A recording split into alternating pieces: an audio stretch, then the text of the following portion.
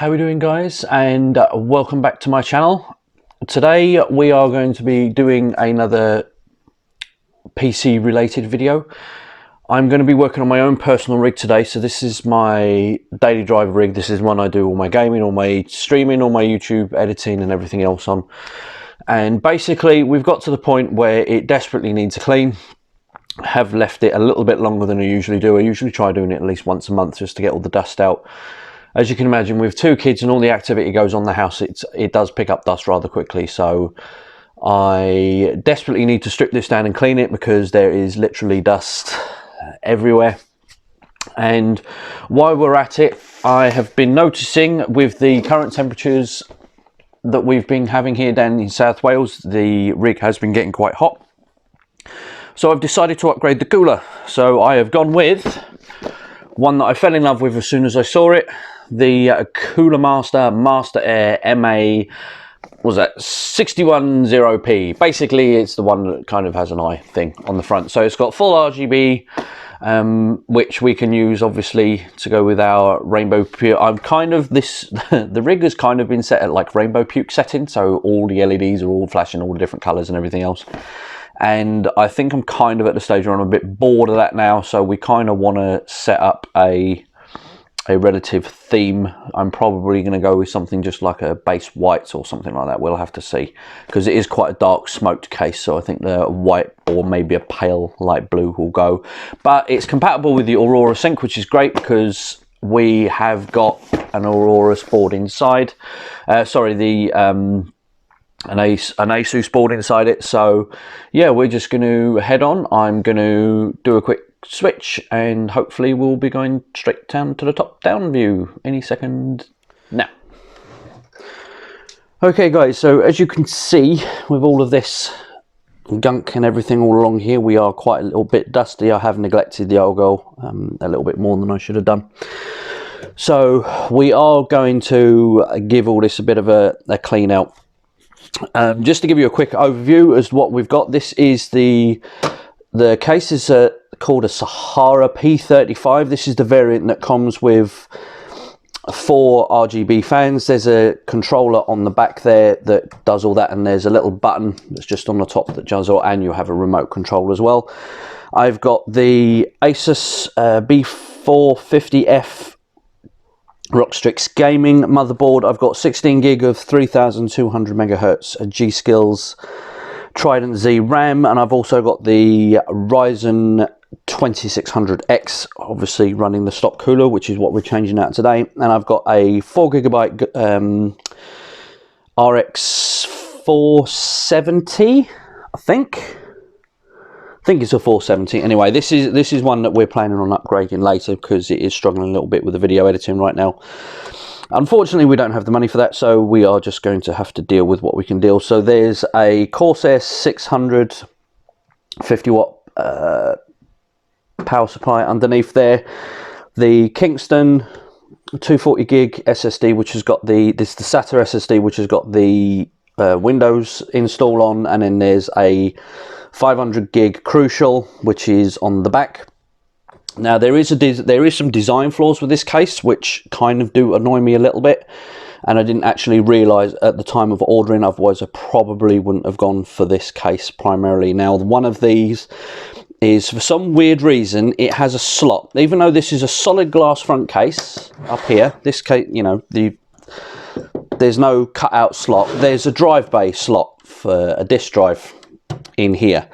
As such, it means the fans, of which there are 3 in the one bank, are sat too low. Now it's not too bad because the bottom fan is kind of cooling the hard drive and putting some air into the power supply. That's fine, but it also means I have some dead space sat at the top there, and it kind of annoys me that the fans aren't covering the, you know, the fan system could go down a little bit further and then you could fit maybe 4 at the front, I don't know. Also, the layout of the SSD drives, which is these 2 bays here, is honestly a little bit naff. Now, I suppose it would depend on the board that you've got as to where the SATA ports are, but on this particular board, they're all right here, just on this side piece here.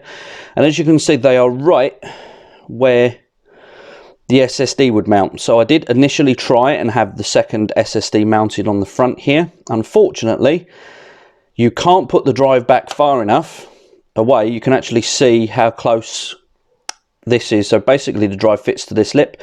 There is no way of fitting a drive in here and having the SATA cables in these bottom 4 ports. So you essentially lose 4 of your SATA ports off this board, which obviously is a load of rubbish. So the other SATA SSD is down in the cage behind underneath there. The case itself, although it actually looks massive, isn't actually that big. As you can see, the board just goes right down to the bottom of the cage there, so things can get a little bit fiddly. There's loads more room at the top, so I'm guessing they've designed it with the implementation. Obviously, you're probably going to have a cooling rad more at the front.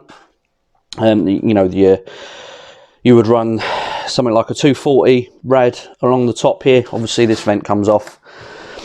Sorry, this filter comes off. So there's plenty of room there for a radiator up there. So maybe they were anticipating you would be more doing the cooler, but you couldn't. There isn't enough room to have a front mounted rad on this at all. So that's kind of also a little bit of a letdown. Not that I've got anything water cooling anyway, so that doesn't really matter. So basically all we're doing today is we're going to get our trusty air blower, and this is basically a cheap and cheerful blower with the small, more powerful nozzle on it, and we're just literally going to blast dust all over the living room.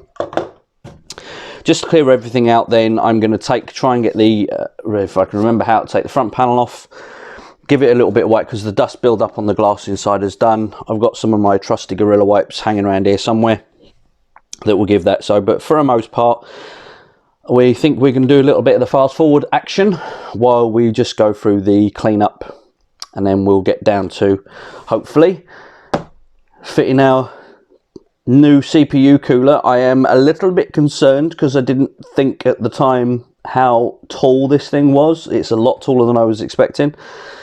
So I don't actually know if it's going to fit in the case or not. I mean, it'll fit, but whether the side will go back on or not is a different kettle of fish. So we'll get to that in a minute. But first, we need to give this a bit of a clean.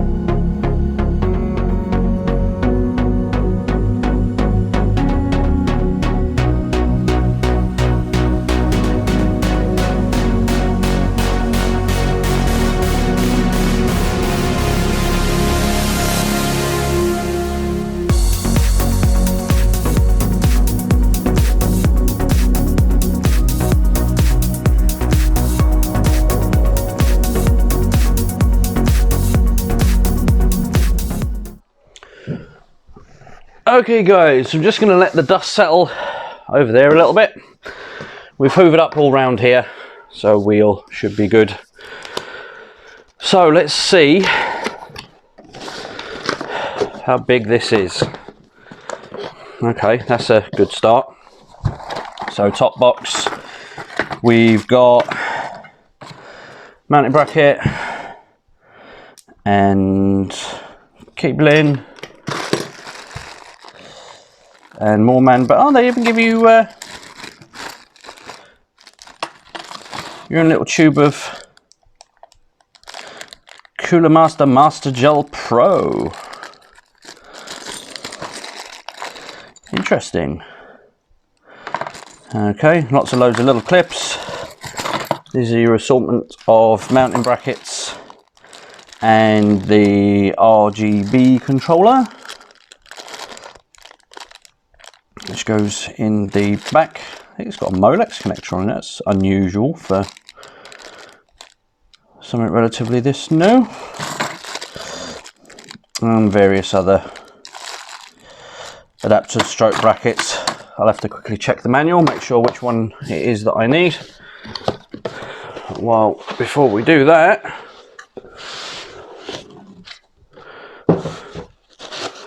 so there she is.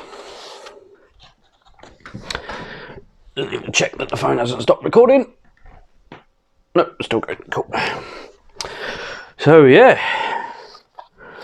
one new heatsink. Peel off label before you use it. Warning. So yeah, she's a beast for sure. The pictures are quite deceiving. In the pictures, the cooler actually looks quite, well, on the smaller side. Obviously, unless you're an idiot like me and didn't bother reading the description on how big the thing actually was. Yeah, so this is basically it. Now the one thing that I do have a concern about is cables running near heat sinks. So that's kind of a little bit, we may have to do some minor cable tying to get some of this out of the way, because I don't want cables resting, because at the minute they're all quite close to where that is. So we don't want any of these cables anywhere near anything that's hot. So that's going to be that. That's going to be that. So there's the power for the two fans and the RGB connector just in there. So I think what we will do for a start is realise my cable ties are not in that box and have to go and get some. Okay, so what I am going to do before I do anything else is we are going to measure roughly how deep this thing actually is, because before I start stripping everything out, I just want to make sure that this is actually going to fit, because I'm going to cry if it doesn't, because I really do like the look of this cooler. So I'm going to say roughly about 17 centimeters ish. And by the way guys, little tip, if you're trying to measure something and it's got all sort of weird concave bits at the sort of top and the bottom, just get yourself a straight edge and just have it on at the top, so you can give yourself a rough guideline, so you haven't got to try and eyeball it. So what did we say, 17? So going from the board,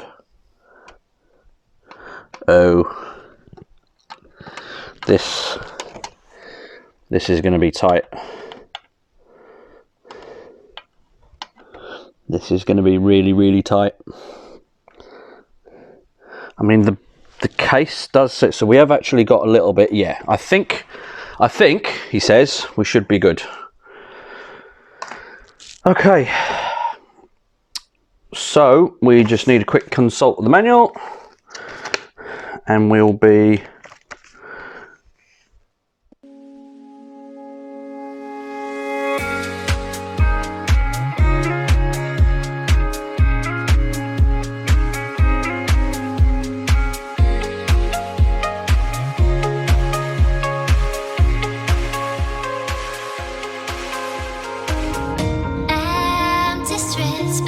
searching for your trace in the dark.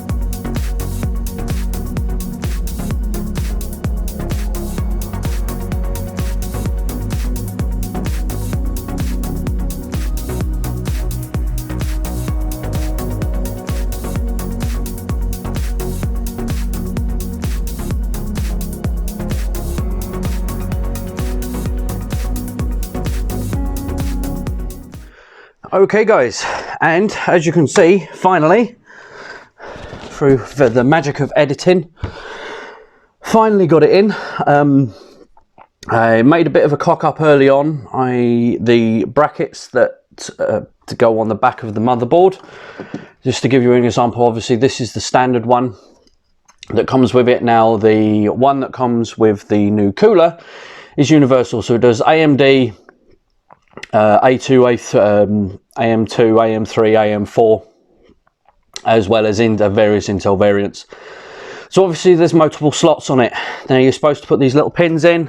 I can't obviously show you, but basically the way it works is there's a pin that goes in, and then you have a little clip, something along those lines. So imagine that's the pin. So this is the bracket. So you'd put the pin in where it needs to go, and then the proceeds to drop the clip in there, and then you drop the clip in to hold it in place. Now on the AMD side, there's two slots, one for AM3 and one for AM4. Now I'd had 3 of the pins in the right location for the AM4, but one of them was in the wrong slot, and I couldn't work out why I couldn't get the holes to line up, so I had to pull it all back out. Now I will say this guys, if you are installing this sort of size of cooler, it's probably best if you take your motherboard out. I didn't really have the time to completely strip down the PC, so I made my life a little harder doing it this way. But yeah, so as you can see, it's in. I've already tested the clearance. The good part about this case is that the glass side here actually sits out a little bit more because of these rubber grommets, so we've got plenty of clearance for that. So all that remains now is to take it back in there and get it all plugged in and make sure everything still works, I guess. We'll see you in a minute. Alright guys, now just to finish off with the end of the video, I just wanted to show you the basically the overall coolant. Unfortunately, I completely forgot to record the temperatures beforehand, but I can assure you that this is now significantly cooler. So as you can see, the temperatures are operating between 42 and 63. Overall, we're at about 60. So I have got Streamlabs up. I've got my Filmora video editing software up. So there is a bit of load. There is a bit of load happening on the CPU right now. So as you can see, we're on about 22% load, but we're sitting at 53C, which is absolutely amazing. Our fan isn't even ramped up all the way. Now, doing this before with the old cooler, I'd be looking at sort of like high 60s-ish. So we have had a reasonable, at least a 10-15% upgrade on our cooling. Everything needs a little bit of tweaking. Now, unfortunately, my phone ran out of memory in order to get, so I haven't really got any B-roll footage to show you. I've got a couple of pictures I managed to take of the case, which I'll stick up at the end.